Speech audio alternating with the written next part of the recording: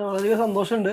ആദ്യത്തെ സിനിമയാണ് ചെയ്തത്. അപ്പോൾ ആദ്യത്തെ സിനിമ ചെയ്ത ഒരാളെ സംബന്ധിച്ചിടത്തോളം അത് IFFKയിലാണ് ആദ്യം ഫസ്റ്റ് സ്ക്രീൻ ചെയ്തത്. അപ്പോൾ അവിടെ നിന്നൊരു ഭയങ്കരമായിട്ടുള്ള എന്താ പറയുക, കുറേ അവാർഡുകളും കിട്ടി. അതിനൊപ്പം തന്നെ ആളുകൾ ഭയങ്കരമായിട്ട് ഇഷ്ടപ്പെട്ട് അവിടെ വലിയ ക്രൗഡ് പടം കാണാൻ വന്നത്. അതെ. അപ്പോൾ അവിടെ നമുക്കൊരു 5 അവാർഡാണ് കിട്ടിയത്. അപ്പോൾ അത് കഴിഞ്ഞിട്ട് പിന്നെ നമ്മൾ ഇങ്ങനെ ബാംഗ്ലൂർ ഫിലിം ഫെസ്റ്റിവലിൽ പോയി. അവിടെ നമുക്കൊരു ഏഷ്യൻ കോമ്പറ്റീഷനിൽ മെൻഷൻ കിട്ടി. പത്മരാജൻ പുരസ്കാരം കിട്ടി. പിന്നെ ക്രിട്ടിക്സ് അവാർഡ്. പിന്നെ ബിഷ്കേക്കിൽ പോയി, കിർഗിസ്ഥാനിൽ ഫിലിം ഫെസ്റ്റിവലിൽ പടമായിട്ട്. അപ്പോൾ കുറേ സ്ഥലത്ത് പോകാൻ പറ്റി. അതിൻ്റെ അപ്പുറത്ത് ഈ പല കൾച്ചറുള്ള ആളുകളുടെ ഇടയിൽ പടം കാണിക്കാൻ പറ്റി, അവരെ റിവ്യൂ എടുക്കാൻ പറ്റി. ആദ്യമായിട്ട് ചെയ്യുന്ന സിനിമക്ക് ഇത്രയും നല്ല കിട്ടുക എന്ന് പറഞ്ഞാൽ ഒരു എന്താ പറയുക, നമ്മൾ കുറച്ച് കാലങ്ങളായിട്ട് സിനിമയുടെ പിന്നാലെ ഇങ്ങനെ നടക്കുന്നുണ്ട്.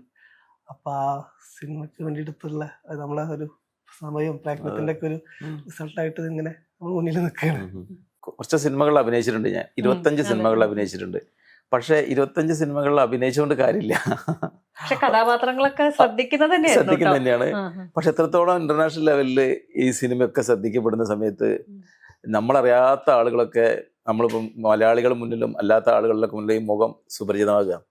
അപ്പം ഞങ്ങൾ ഈ സിനിമ ചെയ്യുന്ന സമയത്ത് വളരെ ചുരുങ്ങിയ സമയത്ത് സിനിമ ചെയ്ത് കഴിഞ്ഞെങ്കിൽ പോലും ഇങ്ങനെ ഒരു IFFKയിലേക്ക് അയക്കേണ്ടതെന്ന് കേട്ടപ്പോൾ ഞങ്ങളോട് ഡയറക്ടർ പറഞ്ഞ് IFFKയിലേക്ക് അയക്കേണ്ടത് പറഞ്ഞു. അപ്പം ഞങ്ങൾ ആഗ്രഹം എന്താ വെച്ചാൽ IFFKയിൽ ഒരു എൻട്രി കിട്ടിയാൽ മതി. അപ്പം എല്ലാവരോടും പറയില്ല IFFKയിൽ എൻട്രി കിട്ടിയ സിനിമ ആണ്.